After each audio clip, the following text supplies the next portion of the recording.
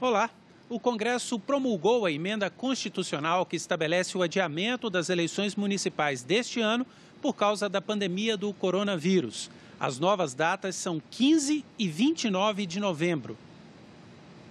Adiar as eleições por 42 dias. A conclusão, depois de alguns debates entre parlamentares, o Tribunal Superior Eleitoral e profissionais da saúde, foi que esse tempo deve ser suficiente para que o pico previsto da pandemia do coronavírus no Brasil já tenha passado e os mandatos dos atuais prefeitos, vice-prefeitos e vereadores não precisem ser estendidos pelo ano que vem. O Congresso aprovou e promulgou a mudança na Constituição. O mais importante nesse momento, o prioritário é o calendário da luta para salvar vidas. Quantos dias passarem e se for para salvar vidas, nós estaremos prontos para ter qualquer tipo de sacrifício, porque esta sim vale a pena, que é fazer o certo, fazer o correto. Democracia não é o regime de consenso. É o regime em que o dissenso é absorvido institucionalmente e, mais que tudo, como revelou essa nossa experiência, é a capacidade de, mesmo na divergência, se construírem harmoniosamente as soluções que melhor atendam ao interesse público. Nós, agora que o Congresso já cumpriu o seu papel, e bem cumprido, nós vamos ter no TSE a missão árdua de realizar uma eleição com segurança em meio a uma pandemia. Só o diálogo, só o entendimento, a conciliação e a responsabilidade farão das instituições o que a sociedade brasileira espera de todos nós. Sem dúvida nenhuma, era uma coisa que nós não queríamos fazer. Infelizmente, nós fomos atingindo, assim como o mundo, de uma pandemia de proporções inimagináveis que ceifou a vida de milhares no mundo e de mais de 60 mil brasileiros e brasileiras no nosso país. Os prazos estabelecidos no calendário eleitoral continuam os mesmos. O que mudam são as datas. Por exemplo, os partidos políticos devem fazer as convenções para a escolha dos candidatos e para a decisão sobre coligações entre 31 de agosto e 16 de setembro. O prazo para solicitarem à Justiça Eleitoral o registro dos candidatos é 26 de setembro.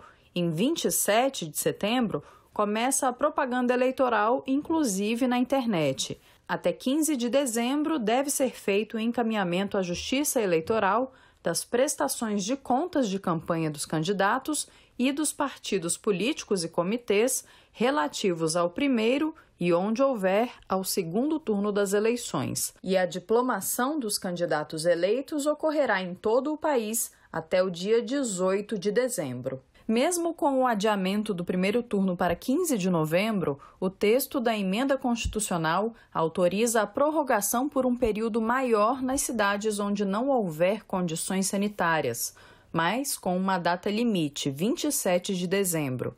Nesses casos, o Congresso deverá aprovar decreto legislativo para remarcar o pleito. Repercutiu no Senado a prorrogação por mais 2 meses do auxílio emergencial de R$ 600 pago a trabalhadores informais e desempregados. No anúncio oficial da medida, o ministro Paulo Guedes disse que o valor das parcelas pode ser dividido em mais de um pagamento no mesmo mês. A extensão do auxílio emergencial foi assinada em cerimônia no Palácio do Planalto, que contou com a participação de ministros e dos presidentes do Senado e da Câmara. O benefício é um amparo financeiro à parte da população durante a crise causada pela pandemia do coronavírus. É um dinheiro que não é meu, é um dinheiro que é de todos nós brasileiros que pagamos impostos. Isso só foi possível graças à sensibilidade de nosso ministro, tendo à frente Paulo Guedes, bem como do Parlamento brasileiro, que votou de forma rápida essa questão porque eles tinham pressa. O calendário de pagamentos ainda não foi anunciado, mas o ministro da Economia disse que as 2 parcelas podem ser divididas em 3, sem alterar o valor final e nem o prazo de 2 meses. Então, os próximos 2, 3 meses, são de uma coluna de social, que nós saudamos exatamente nesse momento, estendendo essa camada de fraternidade por mais, oficialmente, 2 meses de R$600. Isso é o que a lei permite, mas se nós tivermos, inclusive, percepção quanto à possível duração um pouco mais extensa ou não dessa crise, nós podemos perfeitamente pegar os 2 pagamentos de 600, mas fasear de uma forma que você cubra 3 meses. É mais inteligente. E atendamos, portanto, estávamos em 600, podemos fazer um pagamento de 500 no início do mês, 100 no final do mês, com logo 300 logo depois, ou seja, fica uma prestação de 500, outra de 400 logo depois e outra no fim do mês de 300. No Senado, a prorrogação do auxílio foi bem recebida. O presidente Jair Bolsonaro, em um gesto de apreço, de respeito, de carinho ao parlamento, solicitou que o presidente Rodrigo Maia e eu assinássemos junto com ele o decreto de prorrogação por 2 meses do auxílio emergencial aos brasileiros. Obviamente, o governo está encontrando uma forma de ir mantendo esse apoio e essa ajuda, porque é uma questão de sobrevivência. Para muitos, para milhares, é uma questão de sobrevivência. O auxílio emergencial mostrou-se essencial para atender às necessidades e dar dignidade aos brasileiros e brasileiras mais pobres ao longo da pandemia. Sua prorrogação, defendida pelo PT e pelos partidos de oposição, vai assegurar saúde e renda para os brasileiros mais pobres, além de garantir o funcionamento pleno da economia. Pelas projeções da Instituição Fiscal Independente do Senado, essas 2 novas parcelas custarão cerca de 83 bilhões de reais a mais aos cofres públicos, um total de 207 bi. Mas com o aumento da queda do emprego e da renda no país, o gasto pode ser bem maior. A Instituição Fiscal Independente do Senado trabalha com um cenário de 80 milhões de beneficiários até o final do ano.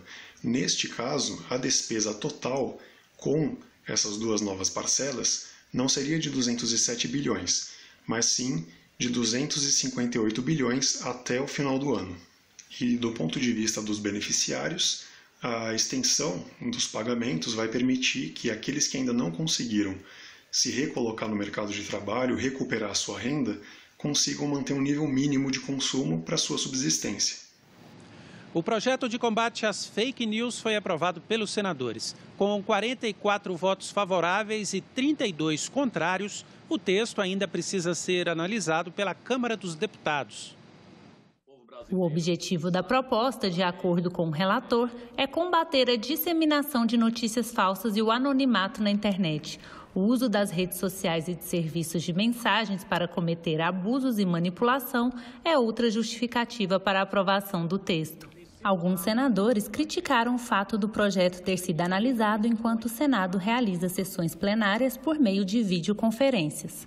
Nós ouvimos muita gente, sim, mas não tivemos a possibilidade de realizar audiências públicas, de aprimorar no debate na Comissão de Constituição e Justiça a técnica legislativa e aspectos de juridicidade para oferecermos à sociedade uma legislação sem riscos em relação à liberdade de expressão.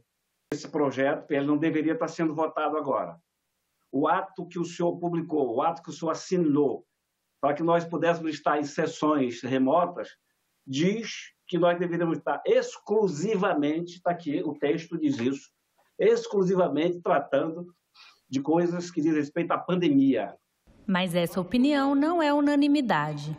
As fake news, elas são sim um grande problema na pandemia. Para você ter ideia, o YouTube, por exemplo, os fake news são vistas 3 vezes mais do que as verdades, né, pelo YouTube. As notícias verdadeiras sobre Covid são vistas 3 vezes menos do que as fake news. Essa matéria não é terminativa hoje no Senado. Nós não estamos votando definitivamente esta matéria. Nós estamos dando um passo uma posição, isso vai à Câmara. Na Câmara vai sofrer contribuições. Muito provavelmente esse texto será alterado na Câmara. Isso voltará ao Senado. E aí sim, em sessão presencial, daqui a 2 ou 3 meses, nós estaremos dando a versão final a esse trabalho. O relator concordou. Muito se falou, por exemplo, em versão 5.0 do relatório, como se quisesse argumentar que estávamos trazendo novidades e pontos não discutidos. Isso não condiz com a realidade. Os textos que apresentamos aos colegas sempre foram evolução das mesmas ideias conhecidas desde o início desse debate. O autor do projeto disse que atendeu um apelo da sociedade. Esse é um projeto do Brasil, dos brasileiros do mundo real. Nos últimos 30 dias foram realizadas pelo menos 3 grandes pesquisas, os maiores institutos brasileiros de opinião, pesquisa de opinião, e o Data Senado. Todos eles apontaram 80% a 90% dos brasileiros pedindo, pleiteando uma legislação que regule a atuação das redes sociais. 9 propostas de mudanças foram apresentadas após a aprovação do texto base, mas 7 acabaram sendo retiradas e somente 2 votadas. A estratégia não deu certo. As mudanças não foram aceitas pela maioria dos senadores. Entre outras mudanças, o projeto determina que o cadastro de contas em redes sociais vai exigir identificação do usuário por meio de RG ou passaporte apenas em casos suspeitos. Aplicativos como o WhatsApp devem guardar por 3 meses registros dos envios de mensagens encaminhadas para mais de 5 usuários em um intervalo de 15 dias. Eles também devem limitar o número de encaminhamentos a usuários e a quantidade máxima de membros por grupo. As contas automatizadas, os robôs, devem ser identificadas dessa forma. Provedores de redes sociais e de aplicativos de conversa precisam ter uma sede no país. Chips de todo o país devem ser recadastrados com a verificação de identidade do titular. A intenção é dificultar a criação de perfis com números falsos. Agentes políticos, como o presidente da República, ficam proibidos de bloquear usuários nas redes sociais. O texto prevê ainda a criação de um Conselho de Transparência e Responsabilidade na internet. A ideia é que as plataformas se autorregulem, respeitando o que for imposto pela lei. O Congresso vai votar uma medida provisória que mexe com a polêmica questão dos direitos de transmissão dos jogos de futebol.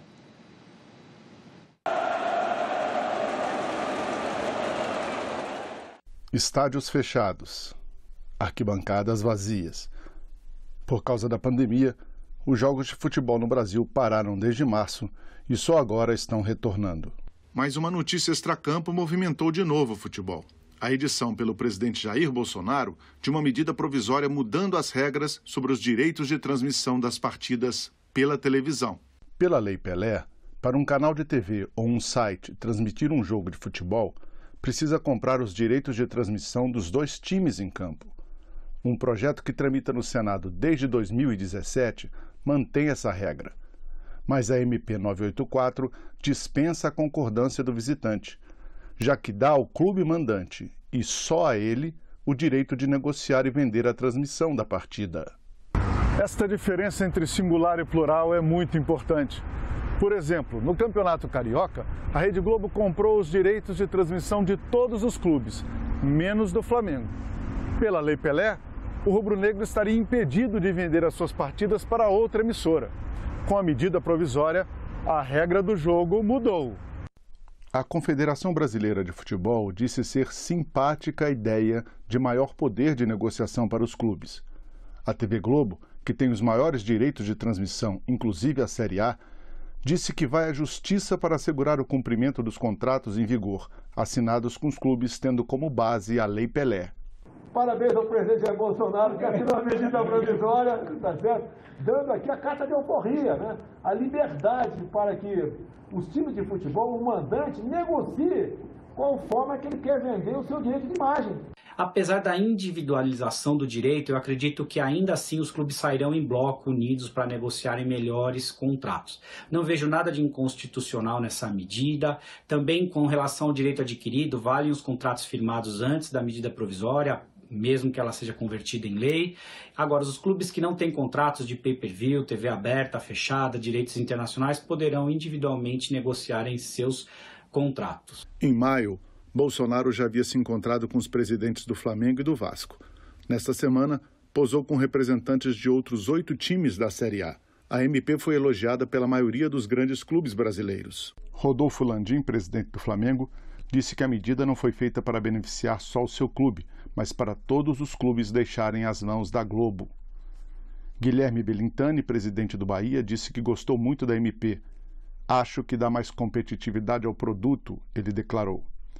José Carlos Pérez, presidente do Santos, também é a favor. Disse que vai auxiliar os clubes. Mário César Petralha, presidente do Conselho Deliberativo do Atlético Paranaense, disse que estávamos em um monopólio de décadas com a Globo. Contrário à medida, o presidente do Grêmio, Romildo Bolzan Júnior, disse que o futebol não pode ser chamado para essa fogueira, em referência à disputa entre o presidente Bolsonaro e a Rede Globo. A MP coloca de volta na pauta um assunto que já foi tratado nas 2 casas do Congresso na legislatura passada. O Senado fez uma comissão de juristas, a Câmara uma comissão de deputados. Mas as 2 propuseram a mesma coisa. Direitos de imagem devem pertencer às 2 equipes da partida, como já prevê a Lei Pelé. Talvez essa medida provisória nos dê o espaço para a gente discutir de forma definitiva a questão da Liga de Futebol no Brasil, porque a questão da televisão está incluída nisso. Nós temos bons exemplos de liga no mundo, a Liga Espanhola, né, que tirou o futebol espanhol de uma situação muito ruim, né, que tinha uma participação na economia espanhola muito parecida com a participação do futebol brasileiro, próximo de 0,7% do PIB, hoje é próximo de 2% do PIB, e acho que esse talvez seja a oportunidade de a gente realizar esse debate. No jargão do futebol, pode-se dizer que essa MP foi um golaço de vanguarda no mundo inteiro, né? Os clubes, pelo menos, a gente teve contato com alguns que ficaram felizes com essa decisão e a gente espera que essa MP ela vire lei. Outro projeto que chegou ao Senado também trata do futebol.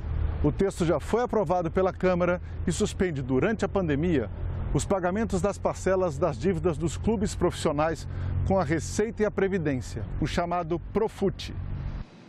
Um dos setores mais afetados pela pandemia, o turismo, precisa de ajuda. A atividade, que em 2019 empregava quase 3 milhões de trabalhadores no Brasil, pode ter apoio por meio de um projeto que está sendo analisado pelos senadores. As atividades turísticas começam a ser retomadas em 22% dos destinos do mundo, a maioria na Europa, segundo a Organização Mundial do Turismo. Lá, a pandemia do novo coronavírus está mais controlada. Mas a OMT, que é um braço da ONU, pede que os países que ainda estejam em crise protejam os trabalhadores do ramo. É o caso do Brasil, onde a Covid-19 continua se espalhando e afetando o setor, que já teve quase 90 bilhões de reais em prejuízos. As demissões podem passar de 700 mil. Hoje nós vemos destinos que estão totalmente fechados e a aparelhagem totalmente inoperante. Trabalhando com a agência de viagem, nós temos um valor hoje mais barato dos que estão sendo oferecidos do que em 2019, porém a procura anda muito baixa. A maioria das agências continuam fechadas. Mais de 60% das pessoas que trabalham com turismo foram afastadas. Nós temos um grande contingente de trabalhadores hoje que estão desempregados ou estão, na realidade, dentro da medida provisória com aqueles 2 meses cobertos pelo governo e não sabem muito bem o que vai acontecer. O governo tomou uma série de providências que alcançaram todos os setores da economia, como a que permitiu a suspensão de contratos e redução de jornadas de trabalho, citada pelo especialista, e tomou também algumas medidas direcionadas especificamente ao turismo, como a que flexibilizou regras de cancelamento de atividades turísticas e culturais. Também liberou 5 bilhões de reais para financiar a infraestrutura turística e apoiar empresas e prestadores de serviços do setor. Mas para este guia e microempresário de Maceió, a ajuda não chegou. Nós que trabalhamos levamos os nossos turistas no dia a dia a todas as praias, nós que mostramos a beleza de Alagoas, não temos nenhum acompanhamento e nenhum incentivo dos nossos governantes. Infelizmente, eu como outras empresas estamos no vermelho.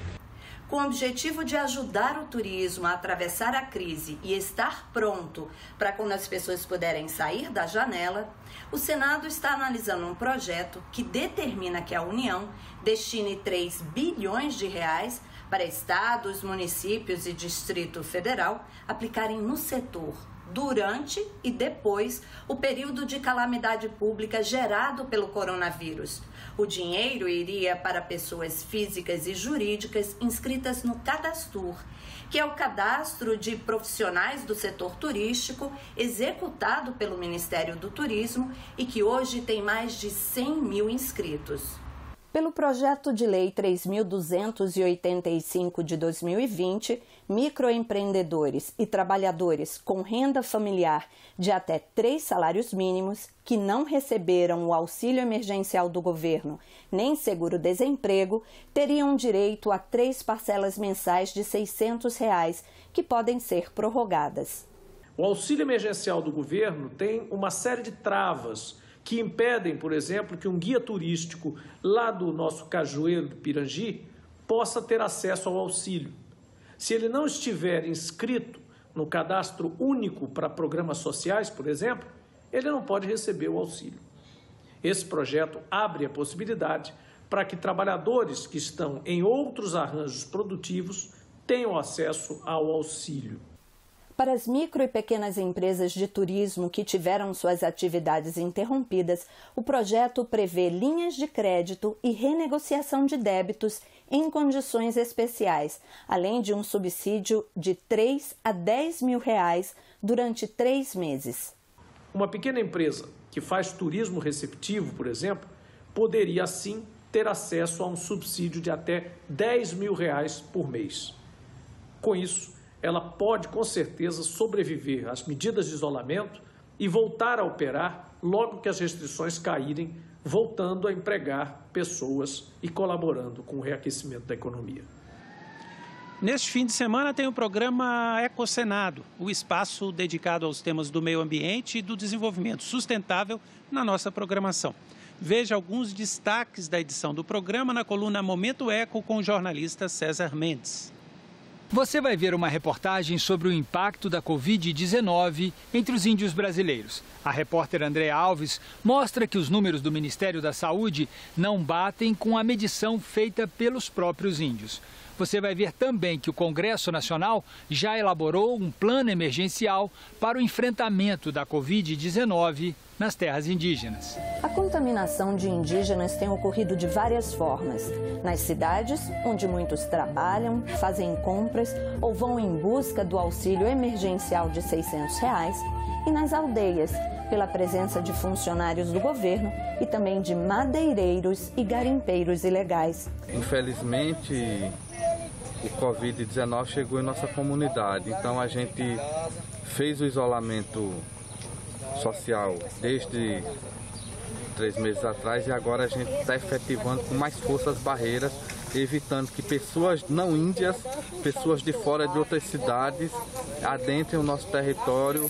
Enfrentar a pandemia do novo coronavírus nos territórios indígenas, quilombolas e de outros povos tradicionais é o objetivo do PL 1142, que foi aprovado pelo Senado.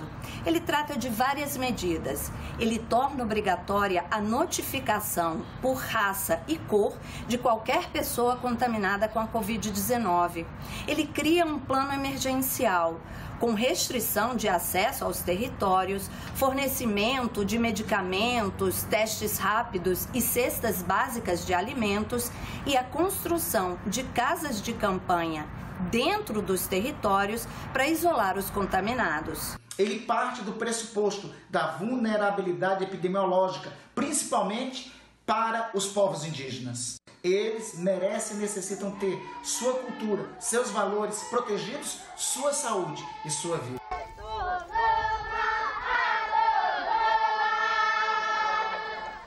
Ainda nessa edição do Ecosenado, você vai ver de perto um dos mais graves problemas ambientais do país, o assoreamento do rio Taquari, no Pantanal mato-grossense.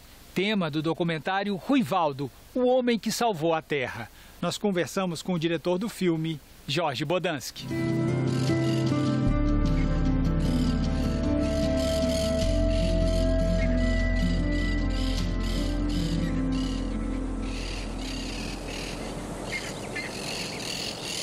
Como é que você teve notícia, Jorge, dessa tragédia ambiental lá do rio Taquari? Porque, na realidade, ela é muito pouco conhecida dos brasileiros, né? É muito pouco mesmo. Eu também não fazia ideia da dimensão desse problema.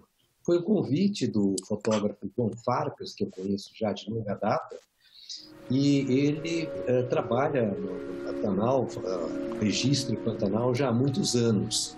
Então ele tem muitos contatos lá com muitas pessoas, com fazendeiros, pesquisadores, etc. E ele ficou também muito impressionado com essa informação, conheceram essa figura, que é o Ruivaldo.